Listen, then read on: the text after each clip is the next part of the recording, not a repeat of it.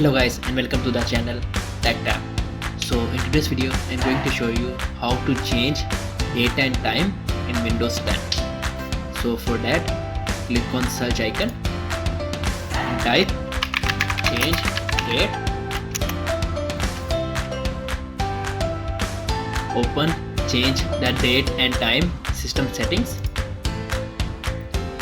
Here deselect this option. Click on change. Here assign the correct month, date, year and time. Then click on change.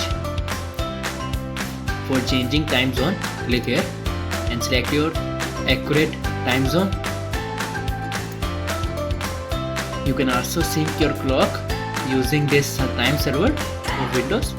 For that click on sync now and it will automatically update your time and date. So that's all. So guys, if you like the video, then like the video, share your videos, ideas and suggestions and comment and share it with your friends and family.